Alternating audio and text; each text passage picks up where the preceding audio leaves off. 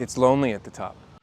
So cliche, right? And it's cliche, and these cliches are for a reason, right? Yeah. But it was lonely. Like all of that executive team that I was really tight with, pretty much immediately overnight, there was a shift in the relationships. Yeah. I didn't hear the gossip like I used to. I needed to dig for information. I could feel people starting to play. Be more guarded. Yeah, it was lonely, actually. Yeah. I think people say that, and it was interesting to experience it firsthand because I did a little, you can imagine as I went into that role, I did a bit of coaching and mentoring and things, and people told me, like, expect that. The relationship will change, and I'll be like, no, it's fine. I'm buddies with these guys. Yeah. We go out hanging out for dinner and drinks and things, and it changed a lot.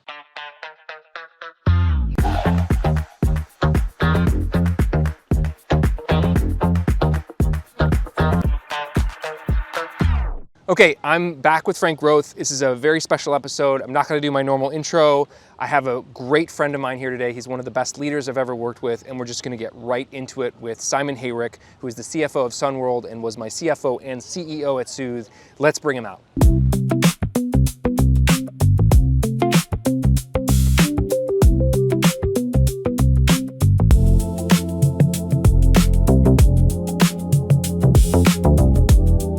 Special Frank Roth episode today.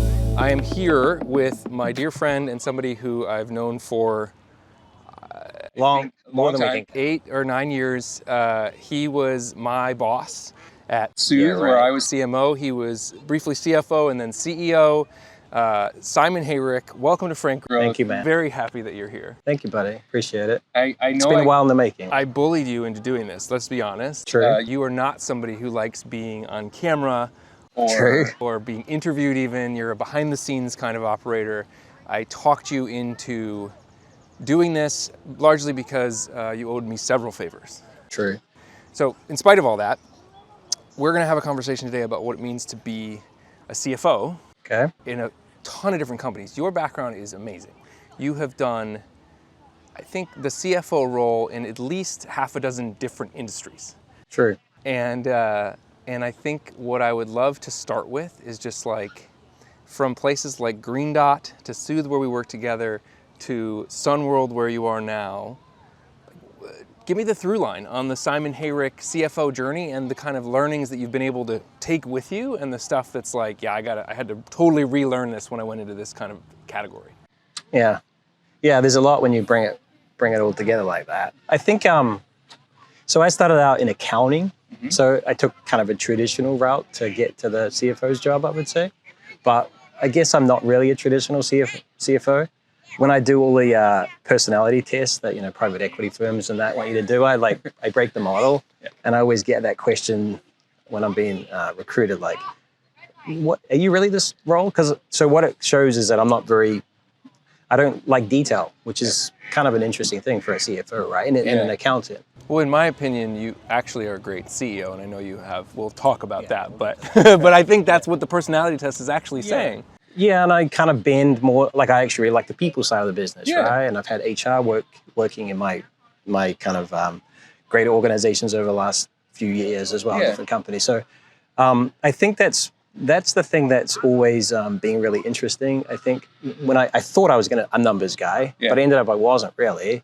So I did actually work, and the common theme I can think about through all those jobs is the ability to kind of connect with the decision makers or the important people, like business partner. It's cliche to say like the operating partner to the business, but I think I did do that. I managed to find the right people in all those organizations that did, move the needle, got a seat at the table. I couldn't agree more. I would describe you that way, and I think as a contrast to myself, you always knew how to handle like the private equity investor, the majority owner of Soothe, and like you're the guy I call when I'm like, hey, I've got this, this challenge in the business, and it doesn't even have to be finance related, and you're just very good at navigating people. Every person who ever worked for you, including people that you had to lay off, no one has a bad word to say about you. I think that is a testament to what the personality test showed you, is that like you're kind of a good guy, which maybe doesn't make you a particularly ruthless CFO. I think there's a lot of CFOs that are like,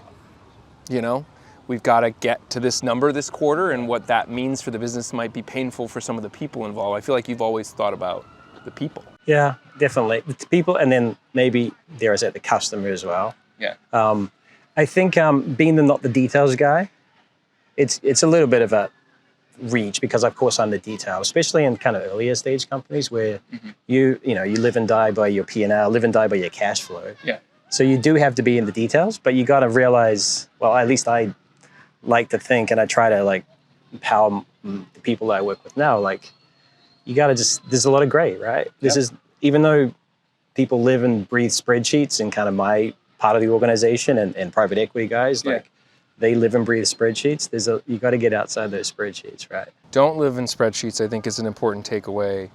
One of the things that I got to witness firsthand is when I joined Soothe, you were CFO at the time. Yeah. The founder and CEO of the business was kind of taking a step back into executive chairman, and there was an active CEO search in process. You're not going to like this reference, but I don't know if you remember, George W. Bush asked Dick Cheney to find him a VP, and then he was like, I'm the VP. Yeah. Unlike you didn't say like, I'm the CEO, but it was very apparent when I walked in the door that even though you were the CFO, you were acting as a CEO, and then quickly that became like, oh, you're the interim CEO, and then it was like, okay, you're the guy, you've got the job. So when you think about that phase where you were CEO, what did you learn sitting in that chair that maybe you didn't realize about the job until you were in the job, and how maybe that changed the way you thought about being a CFO after? I'm just curious of that journey for you, because I know it wasn't easy. Like, it's a much harder job. It was definitely hard. I never had ambitions to be a CEO either, right? That's another reason why you're great, in my opinion, a good one. Thank you, buddy. It was, I know it's cliche, and these cliches are for a reason, right? Yeah. But it was lonely. Like, all of that executive team that I was really tight with, pretty much immediately overnight, there was a shift in the relationships. Yeah. I didn't hear the gossip like I used to. I needed to dig for information. I could feel people starting to play. Be more guarded. Yeah, it was lonely, actually. Yeah. I think people say that, and it was interesting to experience it firsthand, because I did a little, you can imagine, as I went into that role, I did a bit of coaching and mentoring and things, and people told me, like, expect that. The relationship will change, and I'll be like, no, it's fine. I'm buddies with these guys. Yeah. We go out hanging out for dinner and drinks and things, and it changed a lot. Yeah. So I felt like I didn't have, like I don't have ambitions to be a CEO again. Yeah. But what I would advise someone going through that is, like, you need to find someone outside of the company that you can talk to. Yeah. And I had guys at the private equity firm I could talk, for example, and there was a network of people, that they put you in touch with, but I never really found my tribe there. So you need to find someone that you can talk to, frankly, and talk and kind of bounce ideas off, because you do have that relationship with your peers, or even some of your kind of subordinates, frankly. Yeah. But it's a different relationship when you're in that top seat. It's lonely at the top. It's so cliche, right? Yeah, but it makes sense, right? I get it. As a CEO now, and it's very different than the scale of the companies you've been in that seat, or in a very senior role. I don't have the ability to have the same conversations I do when I was a peer. Right, totally. One thing I'd love to have you reflect on is, like, across all those different CFO jobs, what's actually translated? Like, what's the thing that's like, yep, this is always the same? Most of these roles I've had have been with institutional investors. They bless them, but they do not know how to operate a business, right? And so you got to hide the operational stuff, the noise from them. They're not interested in and we kind of joke about it now, even with my current colleagues on the board, the feet going below the surface. Like, everything looks calm on the surface, and it's no use talking to them about all that noise under there, because they don't really care. Yeah. They're good guys, don't get me wrong, but and I like spending time with them, but because they're not operators, it's really hard to, like, leverage them for those kind of things. That's a theme I've seen through PE, venture, growth, whatever, name it, institutional investor. They all have that kind of lack of appreciation. They can appreciate it, but they don't understand how to do it, right? Yeah. And then the second thing I would say is, like, if you hit your numbers, like, they leave you alone. So under promise, over deliver. Like, again, cliche, but it works, man. It's one of my favorite stories from Soothe that I think you've seen me talk about and post about on social media. This is a very visceral memory for me. If it's the one I'm thinking of. In the interview process, I remember selling you guys on me. Yes, I know. And I was like, hey, I think based on my experience running a similar marketplace business, we can get our customer acquisition costs, our CAC, down to $75. and I put it in a deck. And months later, we had gotten it down to 100, which was a huge improvement from where it had been. 50% improvement or something. Yes. And then the PE guys who have memories like a tortoise were like, well, you said 75. Like, it wasn't a win because I'd anchored them at 75. And it was in an interview, of course, like, and it's shame on me because I should have known better.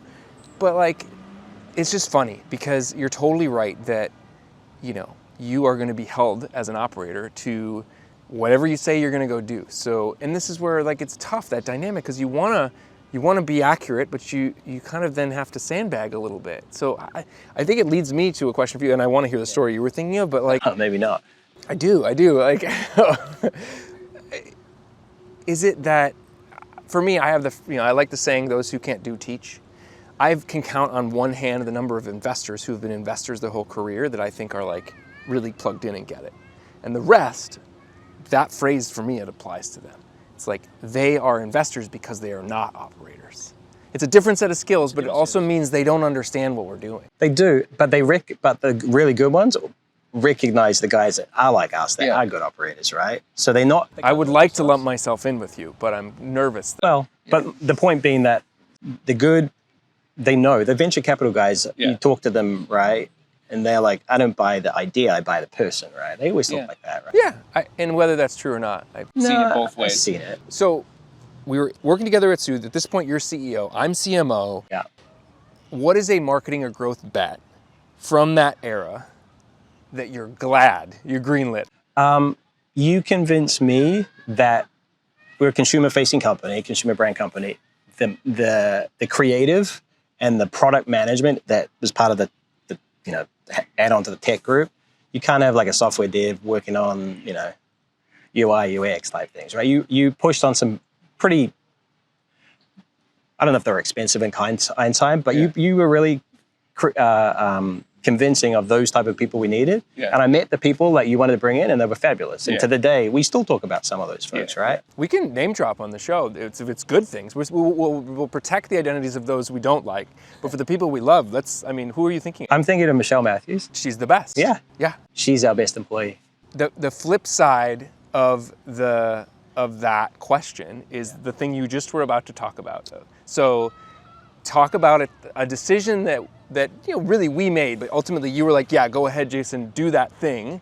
And I was like selling you hard on it. Yeah. That you're like, oof. It was the brand, and you've talked about it publicly. I've seen it on your LinkedIn posts. It's the brand refresh we did at Soothe that I think was amazing, but we didn't bring the right people along with it. We thought we were doing it the right way. But we knew we were taking some risks because we knew that we knew there was risks, right? And the risks played out maybe as we expected they did. Yeah, I think I underestimated how attached to the brand certain people would be. Right. And I think you, to your credit, had a lot of faith in me. But it was open. We had our eyes open. Yeah. We talked about it. But I think you were like, I think you can pull this off. And it turns out I couldn't. But the end of the story, I think we're being a little bit too obtuse, so I'll just be very direct. We did a rebrand, like a brand refresh at Soothe. I really liked the work. You did too. Very talented creative director, Philip Lowe, another person who's incredible on that team, led the charge. We worked with a great brand agency that I had worked with before. We rolled it out at a board meeting. We even had swag with the logo on it. And everybody on the board except one person liked it, but that one person had a very strong voice. Yep. And that was that. It didn't survive a lot of things didn't survive. Yeah, but the brand, it was a bummer. But I did notice maybe not years later, but shortly thereafter, they started integrating some of the colors, so some of the work got used, which was nice. But the logo remains the original. I remember the logo. Yeah. Let's talk about the kind of CFO growth leader operating model, right? Like, in your words, can you describe this difference? There's kind of two CFO archetypes I'm thinking of. There's the CFO who is like a growth enabler, partner, and then there's the CFO that's like the growth gatekeeper. What's the difference between the two? I think it's the way you process risk, right? If you're the, I can't remember which one you did first, but the gatekeeper, right? Yeah.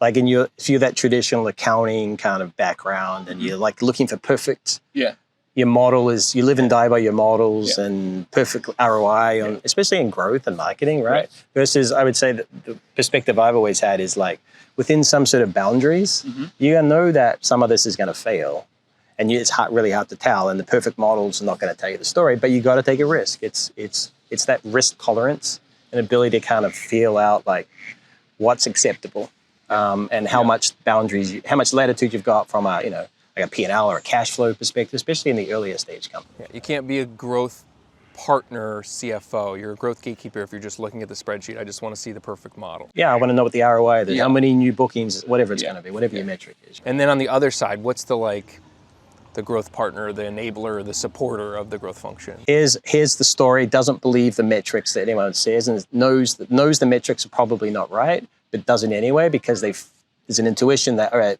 I hired this person to do this job. They know I believe in them. You got to give them a chance. Yeah. I can afford to spend this much, or I can afford to lose this much. Yeah. My note, and so you're saying a lot of things that CFOs should prick up to, like the ears should prick up. I'll say the CMO version of what you just said, which is like brand CMOs and people that are really squishy and subjective. Like at this stage of the game, everybody needs to know their numbers. Like you don't have to build the perfect model, to your point, but you ought to be able to paint a picture of where you're going and be able to create at least some sort of a sensitivity analysis. Like, hey, this is the base case, this is the best case, here's the mid case. Like here's kind of where we're going broadly. We're gonna make some big bets on things that are hard to measure. Here's the things that we can measure, and be able to articulate how you're gonna know if the investments you're making are working, and be able to bring your CFO along with you, right? Because I think there's a lot of like brand CMOs, as I would describe them, that are just like, what if we do this big brand campaign and spend X millions of dollars? Can you give me that money now? It's like, well, what is it going to drive? Exactly. Yeah. I mean, you think about, and the other story I was thinking about with Soothe was like, he did a TV commercial. I mean, in hindsight, that's probably, would we have done it with hindsight? Would we do it again? No. It's so, and that type of is so expensive, right? You get the little pop, but it doesn't create that kind of. For brands that were spending the kind of budgets that we're spending, it's very hard to kind of justify, single channel tactics. It has to be a strategy, and like you have to start with the stuff that's going to be the most efficient, especially when the budgets are small, right? And so if you're like, I'm going to go do TV and out of home and print and radio and all these things that are expensive, above the line, hard to measure channels, you better have a lot of money to play with.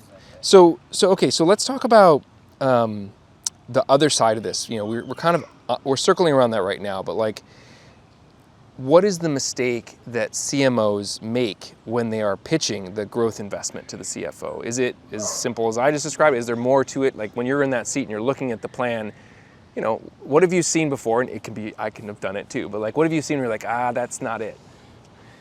I think there's so many metrics that these agencies can come up with, and I call bullshit on all of them. Right? Yeah.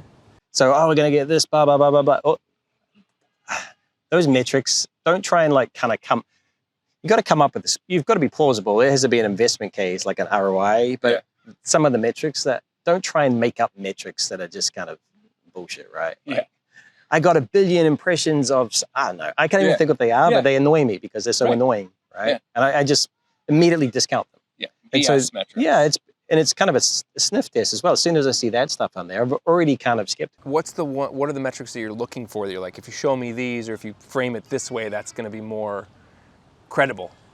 With brand stuff, it's really hard. Yeah. So, I mean, just stick to the growth stuff. But the growth stuff, like I think, like we were, you remember CAC, obviously CAC LTV ratios are this magical thing, right?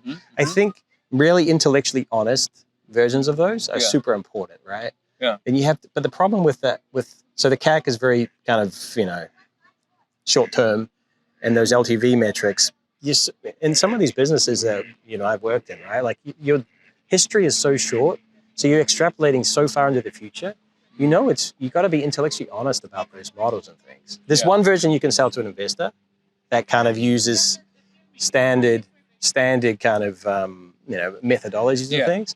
But I think you need an intellectually honest way to do that internally as well. Yeah, I think the intellectual honesty point is well made, and there's a lot of wishful thinking and hope, and that's not. You have 3 customers that did something 1 month, so you extrapolate that out to a portfolio. You can't plug Cope into your model and into the revenue forecast for the business, right? I mean, the CFO's on, funny to say it, but the CFO's actually on, he wants growth or she wants growth as well, right? Yeah, so, of course. Like, work together to come up with Got to be a team. Yeah, you don't want to be at odds. That's the whole point of this conversation is like, I want to help folks out there that are trying to figure out how to work with their CFO, how to be a CMO that understands the perspective that their finance partner is going to have. So I think really it just comes down to that. It's like, what are the things that, if you're talking directly now, they're over there, by the way, if you talk directly to the folks right there about what they should just like, if they don't remember anything that you're saying right now, what should they remember about how to really work well with their CFO? Don't bullshit the bullshitter. That's a quick one. Anything else? That's all right. No, it's good. No, it's funny and true. But engage them in CFOs in his, I keep saying his, but their team has, they're the most talented people likely in the building in terms of their ability to kind of through ROIs and things like that. So engage them. Don't hide anything from them. Don't hide. You're truly partner with them, right? Right. My voice keeps cracking when I say partner. Yeah. Howdy, partner. Yeah. It's good. We didn't even address this, but you're from New Zealand originally, right? Yeah. You're a Kiwi.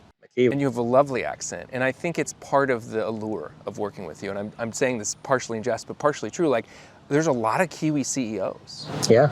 Like, there's something about the way, the water down there or whatever it is, about the way that you're culturally kind of come up as a leader. I think you learn, because it's a small place, you kind of learn to be scrappy and resourceful and things. So I think those are important qualities. Yeah, you'll find like a lot of these people like this, they like, even as a CFO or something, they like to get their hands dirty and do things. So problem solve, right? Yeah. They're not beyond like rolling their sleeves up. Yeah, I think that's right. All right, so let's jump to Sunworld. So that's your current gig. Yep. Been there a few years. Lots of really interesting stuff has happened in that 3-year time. You guys have grown tremendously. What is it like running a finance function at a 50-year-old PE-backed ag business after basically a career in tech companies, right? Like, this is, a totally different type of business than any ones you've helped run before. What surprised you? What's been interesting? Well, when I got the pitch from the recruiter, I was like, I don't know anything about ag. Why are you even talking to me? Yeah. There's a different Simon you're supposed to be talking to. Yeah. But the reality is that it looks, if you stripped away, like just looked at a P&L or kind of the financials of the business, you would think it was a software company or a tech company or something, because it has recurring revenue, it has kind of R&D cost and things like that. So it is, from that standpoint, the lessons learned in Soothe and greenlit, all of those companies as it relates to recurring revenue and those metrics and kind of what's important, how you think about customers, all of that's the same. Yeah. The interesting thing is there's a lot of technology in this business, but it's not technology in the sense of building software, although we build our own software, and there's pretty interesting uses of, there's a lot of data sets, as you imagine, in this business with global customers, and so there's a lot of applications for AI that we're examining and things like that. So it's actually, and then just traditionally, even though it's been around for 50 years, the actual technology in breeding plant genetics is fascinating. It goes beyond my head. The number of PhDs that work in our research facility that I understand a quarter of what they say is incredible. So it's quite interesting from the amount of technology, but it's not the technology that we're used to in the traditional technology companies. Yeah, it's like very real world applicable technology. It's actually tangible. Yeah, exactly. It's tangible stuff, right? Yeah. Scientists with test tubes and beakers and doing stuff, right? Did you any like photos in the lab of you in the lab? Yeah. Oh, I tried. I did one of these kind of things for the investors where I was like walking through the vineyards and like. Yeah. Do we have like footage, B-roll, and photographs of that? Can we put that as the art for this episode? Maybe you can find. I need to get a hold of that. Oh my God. Okay, so. This is going to be really specific to the industry, but there's climate risk, there's water, there's varietal IP. Which one is showing up most in your forecasts and scenario planning in this finance seat at Sunworld? It's quite an interesting business because it's so long term. Like I have a forecast model that goes 25 years out, right? If you can believe that. You can still be there in 25 years? Well, my son, right? My son's going to take it over. Oh, your son's taking over. Family business. My son Claude is going to take it over. Oh, yes, yeah. He's coming for all of our jobs. Yeah, exactly. But climate change, we see that in terms of like where crops can actually grow. Like the certain crops, they couldn't grow them in certain regions, and now you're seeing different kind of diseases emerge. And we're actually looking at it from the other perspective as well, as like there's opportunity to plant grapes and citrus in places cherries never ever existed before, right? So guys, it's kind of going both ways. Like the traditional areas are going to suffer, and there's new opportunity in some of the emerging markets going to open up. So that's super exciting. Intellectual property is a massive thing for us. We spend a lot of time on that. So that's probably the primary thing that shows up in the kind of the financial models. Everything else is a little bit two steps removed. But IP is kind of the fundamentals of this, of a royalty business model. Makes sense. What is a growth lever that there's at Sunworld that you wouldn't have even kind of thought about, or maybe doesn't even exist in SaaS or marketplaces? Like, and you know, to that question, how does that change how you make kind of allocation decisions? I mean, the interesting thing about us is we don't actually grow one piece of fruit for sale, right? Yeah. We develop it and then give it to other growers to sell. Yeah. So Sunworld does not have any growing facility. You're not growing to then sell to the market. We just grow to test and then develop the IP. And then give it to others to sell. So there's farmers that use your IP to grow their product. So it's interesting, like who's our customer? Yeah. It's not really the end consumer. It's the farmers, the growers. The growers. But that is a traditional industry. Yeah. So what's the growth lever to get them? So we have so much data now. We have hundreds of thousands of acres across the globe of our stuff. Yeah. So you start like getting collective information about like what Joe down the street is doing versus, you know, Bill over here or whoever it might be.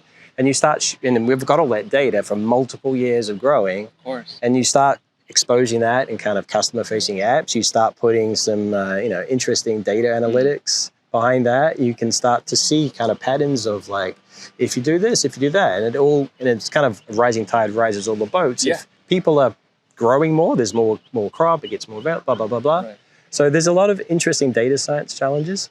AI, everyone's talking about AI, right? Yeah. But there's really massive data sets in our business. Yeah. And then when you start kind of populating it with weather and climate and global currencies and blah, blah, blah, blah, blah, there's really interesting challenges to be able to solve once you've got these data sets. So we're really focused on making sure we have the data right now. Yeah. Well, it feels like that data, and you mentioned AI, but that data has got to be the linchpin of your AI strategy. Yeah, exactly.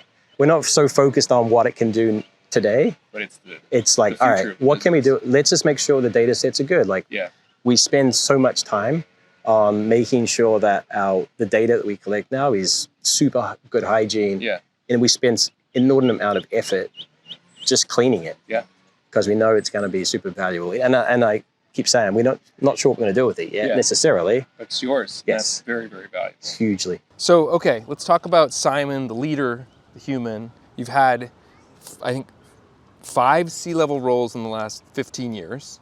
Or is it more? I think you looked at my LinkedIn, so you probably remember better than me, but it's about that. 5 or 6 maybe.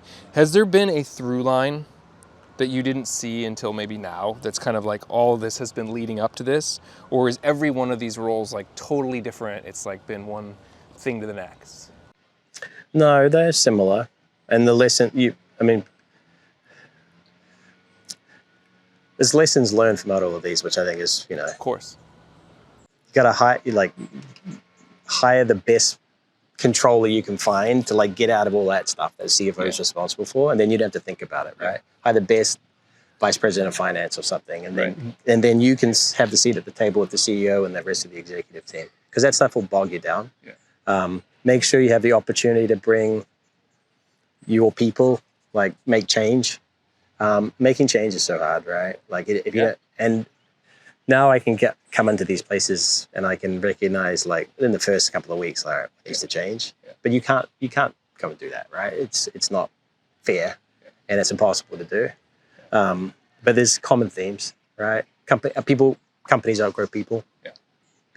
Processes don't scale with people, so you gotta make change with people.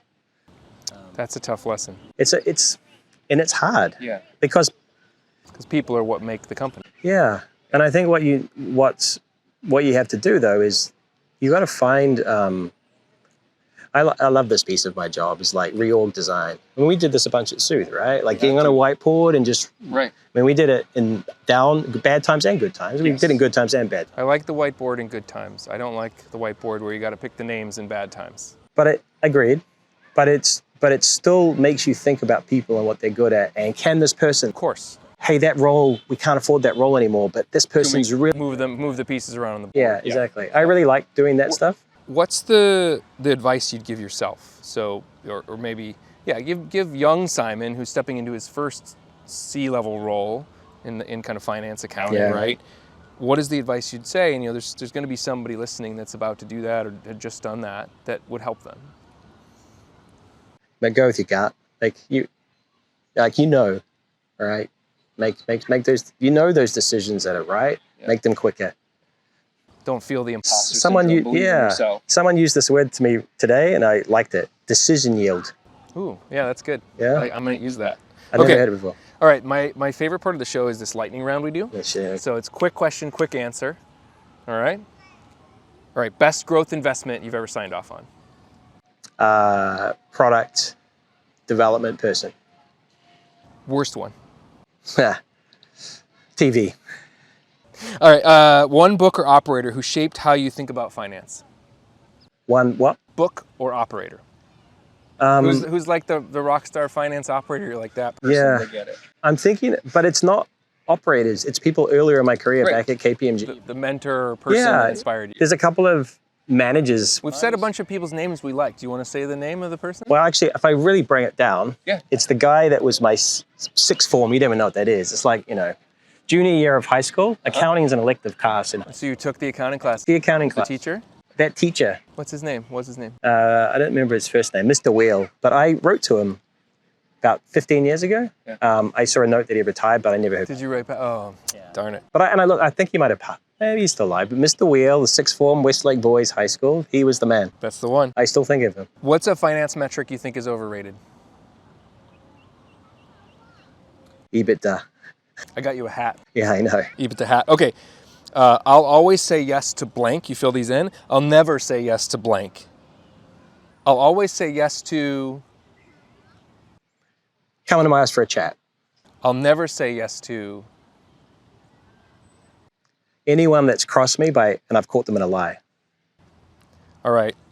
This is the last one, not a lightning round. If a founder or CEO is listening to this and they want their CFO to actually become their growth partner, what's the one thing that they should do in the next week to make sure that happens?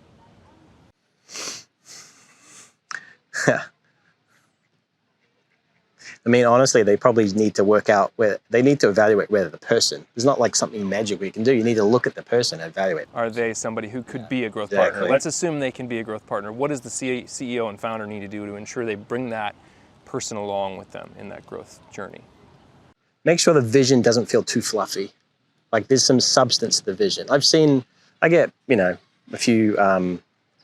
to talking to people about their business plans for like startup plans and stuff like that. And the hockey stick is the hockey stick, of course.